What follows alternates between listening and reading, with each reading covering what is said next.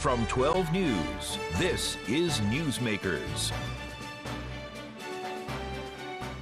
Rhode Island has a new recreational marijuana industry and a new panel to oversee it. Governor Dan McKee's picks for the 3-member Cannabis Control Commission are now in place, with some big decisions on the horizon, including how the state will pick 24 more licenses for marijuana retailers. Our guest on the first half of Newsmakers, Chair of the Cannabis Control Commission, Kimberly Ahern. Welcome to Newsmakers. I'm Tim White alongside 12 News Politics editor Ted Nesi. On the second half of the program, we're going to have a reporters roundtable looking at the new RICAS results. But first, Kimberly Ahern, chair of the Cannabis Control Commission. Welcome to the program. Thank you for having me. So the Cannabis Control Commission is responsible for the regulation, licensing, and enforcement of both recreational and medical cannabis in Rhode Island. Let's talk about all three of those on the program. But I want to start with licensing. There are currently 7 marijuana dispensaries in the state right now. The May 22 law authorized 24 new retailers, so there are 4 each for 6 different geographic zones in Rhode Island.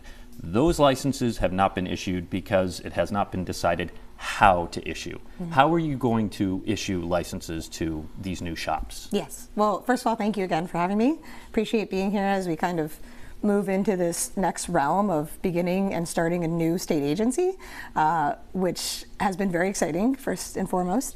And that's a question we've gotten a lot, right? And it has taken some time to get to the point where the commission was even named and confirmed. And I think that's important to reflect upon, that we were only confirmed just in June. And I like to think we hit the ground running. We've had several meetings already. We spent most of the summer going out and listening to the community, listening to those most impacted, listening to those in industry and out of industry about what's important for them and what we should hear. And so that's what we've been doing for the first few months, really getting the foundational building blocks of what we need to be hopefully an effective and efficient commission. And to answer your question about licenses, that's one of the most important decisions the commission has to make in the coming months and year. And that will be part of our regulatory process that we embark upon very soon. We can't issue licenses until we get the playbook, right? We have to have a fair set of rules. We have to have rules that are grounded in the Cannabis Act that you referenced. And so that's the process we're going to be undertaking very soon. And specifically answer your question about licenses, I think that we need to embark on a thoughtful and deliberate process to understand what other states have done, to understand. Cultivators are not going to be happy about your answer right now. Yes. I mean, you have heard it, right? I mean, there are Yes. 60 Correct. cultivators in this state, Yes. and they are growing more than can be sold. Yeah. Let's just bottom line it. Yeah, and sure. they might understand that answer in June. They're going to have trouble with that answer in October. So what can you tell them in terms of when you're going to decide how to issue the licenses, at least? Because it doesn't sound like you can say how. Yeah, the goal is that in 2024, and I've voiced this before, and we've, I believe, shared this at some commission meetings as well, that the goal would be to issue licenses in 2024, with the huge caveat that other states that have done this have taken several years, right? And I think there's a benchmark of from when commissions have been confirmed in other states to when actually licenses are issued, between 12 to 18 months. Just looking at our neighbors in Massachusetts, they passed it legislatively, passed it by voters 2016, governor signs it 2017, no license issue, stores don't open until the fall of 2018, so almost like a 3-year window. We hope to obviously go quicker than that.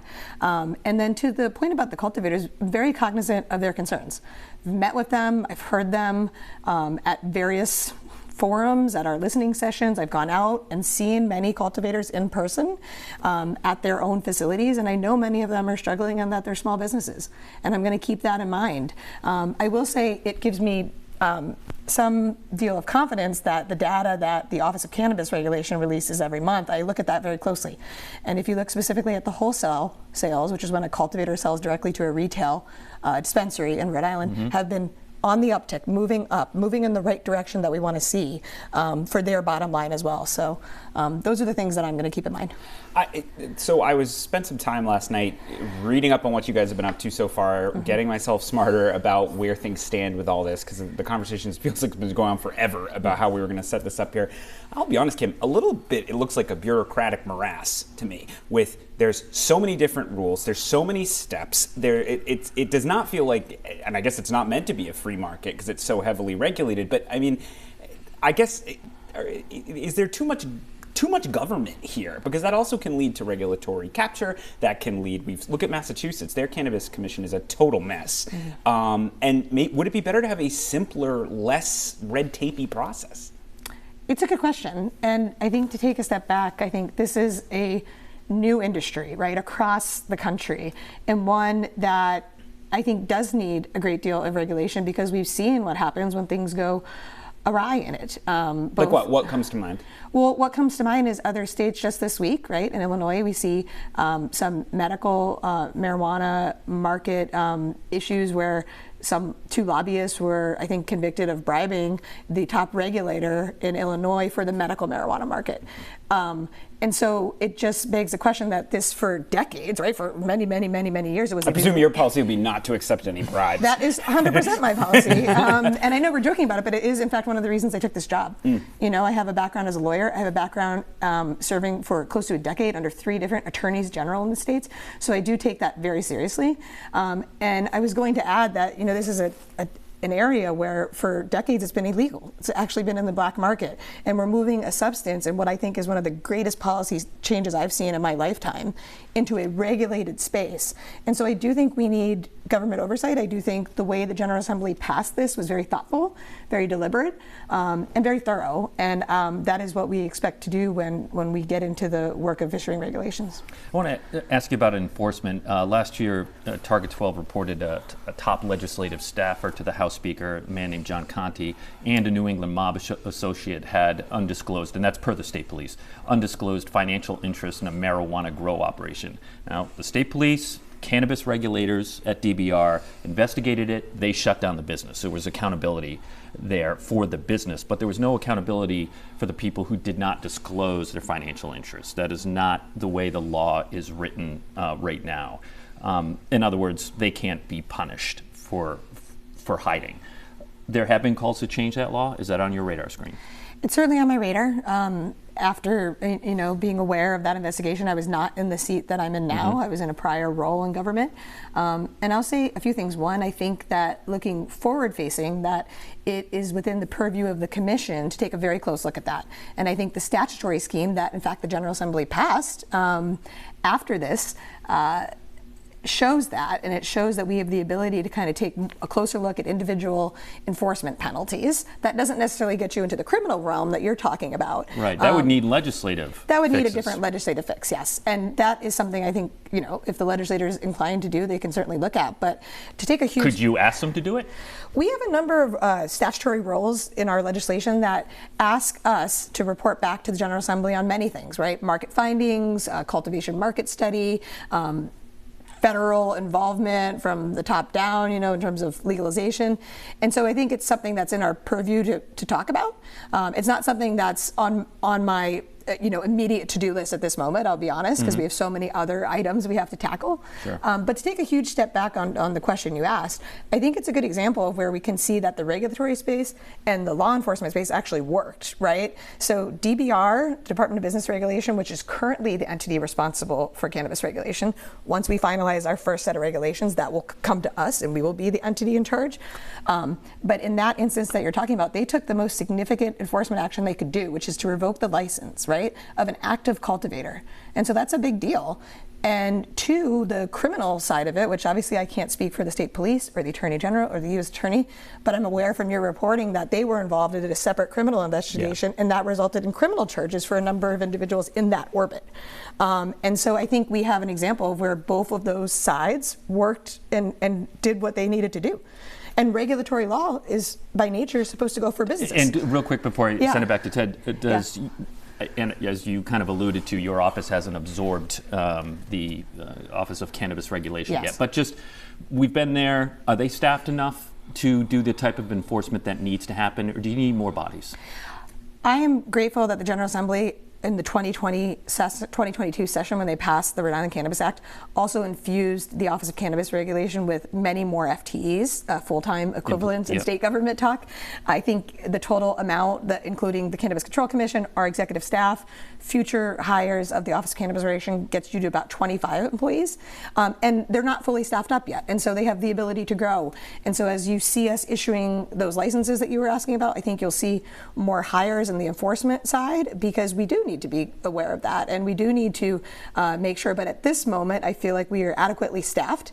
And I know we have the ability to grow thanks to our partners in the General Assembly. You mentioned the feds, which is an interesting element to all of this. In fact, this is still illegal at the federal level.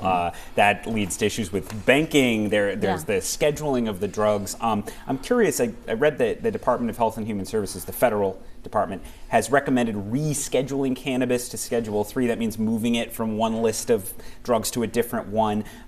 If that happened, if they rescheduled marijuana, what would that mean? Anything for Rhode Island's program, or would it just lower the temperature from the feds? I think it would lower the temperature. I think it's, first of all, showing action on behalf of President Biden and his administration. He urged all his agencies right after he took office to do just that, to take a closer look at the scheduling. And to be clear, the current scheduling of marijuana is higher than fentanyl, which has caused a huge crisis throughout our country. So I think that this is a step in the right direction. To answer your question, I think it opens up mostly avenues for banking, federal banking. I was wondering, because right now it's a cash business. Right. Although some of our local lenders and community banks do actually lend in this space, and they meet with our local cultivators and our local businesses to help assist them. I've heard that firsthand. That flies with FDIC? It depends if they're state regulated. They can. Like credit unions then? Yeah, like credit unions, like smaller credit unions. And but I think to open up the avenue of more robust banking is just safe, right? So that we are getting away from cash. Early on in this regulated space, we saw a number of issues with break-ins, with burglaries, and it made sense because it's a cash-based business. And so I think federal regulation can only increase safety, both from banking and also from a testing and health perspective. I also saw the website Marijuana Moment just reported recently that DBR had quietly had to update their cannabis sales numbers going back to 2022 because of monthly discrepancies. Some of those amounted to tens of thousands of dollars. Do you know what happened there, why they weren't tracking it accurately at first? Well, first let me say I think the best people to ask that to is actually the Office of Cannabis Regulation, but I'm aware of the article and I've spoken directly to the staff after that came out yesterday. And a few things about that. One, it's my understanding that none of that changed the top line that many people are most interested in, which is total sales and adult use, which since December of last year has consistently ticked up, right? Just like a graph that goes straight up. What is it right now monthly? Roughly. The amount right now is roughly, I think the numbers from October were in the 9 millions. And it's tracking, it's tracking with our overall budget forecast as well. The Department of Revenue recently did an analysis on that, where it's not too far off from what they predicted at this point. And this is the first time we've had real data, right? Like not looking at Massachusetts or kind of like a forecast. But to answer your question about how Office of Cannabis Regulation releases data, it's very a dynamic process. So when we rolled out adult use in December, we also rolled out the state's first seed to sale tracking system. So before that, it was all paper-based. Like it was actually like just paper writing and like paper submissions. And now with this seed to sale tracking system, the cultivators, the retails are directly connected to the Office of Cannabis Regulation through some technological program. And what that does is they can report monthly on their data, but it's dynamic. And so depending on when the Office of Cannabis Regulation pulls that data, it can be updated by the vendor, by someone auditing or someone fixing, going back, double checking numbers. And so there's kind of an element of change there that will naturally happen. But I think the Office of Cannabis Regulation realized their mistake and corrected it quickly and is trying to share with the public what they changed and what to expect going forward. Kim, we have about a minute left, sure. And I want to ask you about a report that my colleague Eli Sherman and I have coming out on Monday. Watch the story on Monday because I don't have enough time to set this up. But the bottom line is, for our investigation, we were able to purchase online an edible that we tested at a local lab that ended up having 70 milligrams of Delta 9 THC. And just to put that in perspective, the legal limit in Rhode Island, I believe, is 10 milligrams here. Yeah. 70 milligrams is an astounding amount. Yes. It was a very colorful edible. It looked like it was made with Fruity Pebbles, and there are concerns. We interviewed a regulator at DBR who said, we're real worried. We've heard about kids who go to the hospital because they find it and they eat this stuff. Yeah.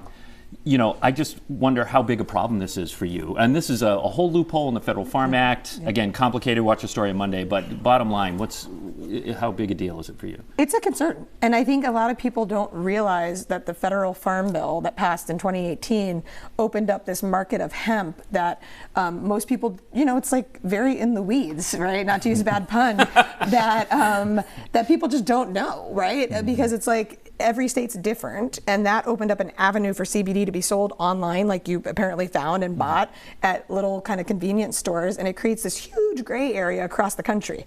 What I can say about Rhode Island is, what's great about Rhode Island is that we have a very clear act that has legalized medical and adult use cannabis.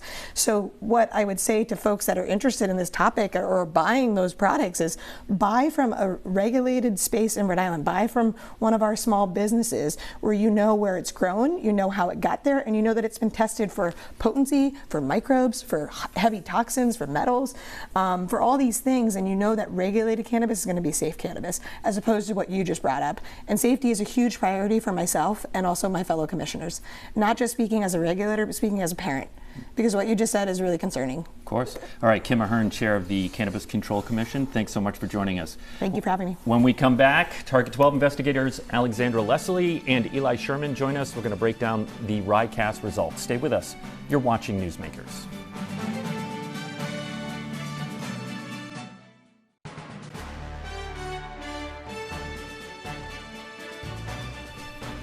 Welcome back to Newsmakers. I'm Tim White alongside 12 News Politics editor Ted Nesi. On the second half of Reporters Roundtable, we're going to break down the RICAS results that were released this week. We're joined by Target 12 investigators Eli Sherman and Alexandra Leslie. All right, so elementary and middle school students' standardized tests improved slightly this year, and I want you guys to walk us through it. You both spent probably way too much time with the numbers over this past week. Eli, we'll start with you. What's the headline here? What are the top line numbers that people should know? Yeah, I think the bad news, let's start with the bad news. 2 out of 3 kindergarten to 8th graders in Rhode Island are not testing at grade level with math, and they're not reading at math. We have ELA results up first, so we'll take do a look good at news. ELA. So the bad news here is this is a look at scores dating back to 2019. That's the pre-pandemic level. And you'll see a gap there. That's because there was no test administered in 2020. But looking at the blue on the left-hand side, 38.5% of students were reading at grade level, kindergartners to 8th graders in 2019. Boom, pandemic hits. It has been a bounce back since then. We all know that. And it's been creeping along. And this year there is some good news. It went up a little bit from 2022 to 33.1% in 2023. So that line there, the black line that goes across, that is the level that we were at before the pandemic. You can see from the far right-hand side, we are not back to that level, but people are feeling encouraged that at least it's gone up this year. This is different. So can you guys bring up the math scores for us in the control room? Because we want to talk about that, and we'll get to 3rd grade in just a moment. Because math scores, here they are. So math is a little bit better. The scores overall are lower than ELA, but looking again at the left-hand side, 2019, it was at just about 30%. That dropped, a big time in 2021, down to 20%, which was awful, and it has been creeping up since to 29.6% in 2023, which you can see is just about where we were in 2019. So when we talk to state leaders, they are feeling encouraged that at least it is going up. But I think it's important to contextualize here that really most Rhode Island students, K through 8, are just way below grade level. So Alex, let's pivot to those 3rd grade numbers that we previewed there. Watching your report and reading what you guys published, it seemed like 3rd graders had the toughest time. Yeah, so think about who 3rd graders are. They started school during the pandemic. So you have that loss of learning, you have them learning from home. They're not really getting into the classroom until just about this point. And the commissioner talked about that and how, it's kind of a reverse of what it used to be in years past. So the numbers there are a little bit dismal, but it's not a total loss just yet. But I mean, it looks like that's a 10-point drop, right, from from pre-pandemic. Different kids, but yes, of course. Good point. These are different students, but when we're looking at trends, that is not the right trend that state officials want to see. Right, and still far below the first time that they took the test after the pandemic. All right, well, Alex talked to the education commissioner, Angelica Infante Green, and she asked her about those third grade numbers. Let's take a listen.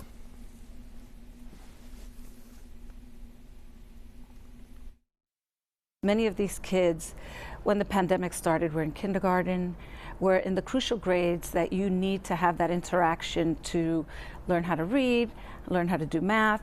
So that is a population that we're paying really close attention to. Our third graders used to be the ones that were the highest flyers, and we don't see that to be the case anymore. Yeah, Eli, what's your thought on that one? This was really kind of the shining grade level before the pandemic. This is something that, Rhode Island test scores have long lagged Massachusetts. They're about 41 and 42% in ELA and math in Massachusetts. And third graders was really sort of something that state leaders would often point to, like, look, our later grades are lower, they're dragging, but look at our third graders. This is a really good data point that we can point to because this cohort is going to get older and presumably their scores are going to get better. Boom, pandemic. They can no longer point at that as the shining light, and in fact, it's really dropped down to the levels that we're seeing across other grade levels. Ted, what are your thoughts on this one? I mean, do you you haven't covered this like our colleagues here, but the thing we're hearing, and it makes sense. This is pandemic related. Mm-hmm. The pandemic hurt, and we're seeing it in the numbers. And now, hopefully, except for third grade, we're starting to see the numbers rebound a little bit. Well, I was just struck. So I remember distinctly in the fall of 2018, the first time people remember RICAS was created in part to have a really direct comparison between Rhode Island and Massachusetts because it's the same as the MCAS that all of us took growing up in Massachusetts, where I grew up in Attleboro. Shout out to Attleboro. And if you look at these numbers, Rhode Island is still well behind Massachusetts here, even after the pandemic. In 2018, it was like a 5-alarm fire, right? I remember the Governor Raimondo at the time was asked, are you going to fire the education commissioner? Lawmakers said, this is going to be a huge thing next session. We have to catch up. The Rhode Island Foundation convened experts. I felt like the reaction this week was much more muted, even though we still see Rhode Island kids basically performing the same way they did before the pandemic. Meaning there wasn't that sort of outrage and concern. Yeah, of course you heard we have to do better, the usual, pablum that you always hear after this kind of thing. But it feels like whether that's because there's such a feeling that the pandemic did so much damage that we're going to wait a while before we start to have the old levels of concern. I don't know. But, this is the only chance these kids have, pandemic or not, to get educated. I would agree there. And the commissioner, I asked her, is that what you expected? And I had to ask her a second time, like, is this what you actually expected, though? And she really couldn't answer because she said the pandemic threw everyone for a loop, as we just talked about. So she also referenced a report that came out last year that said it would take 3 to 5 years to rebound from that.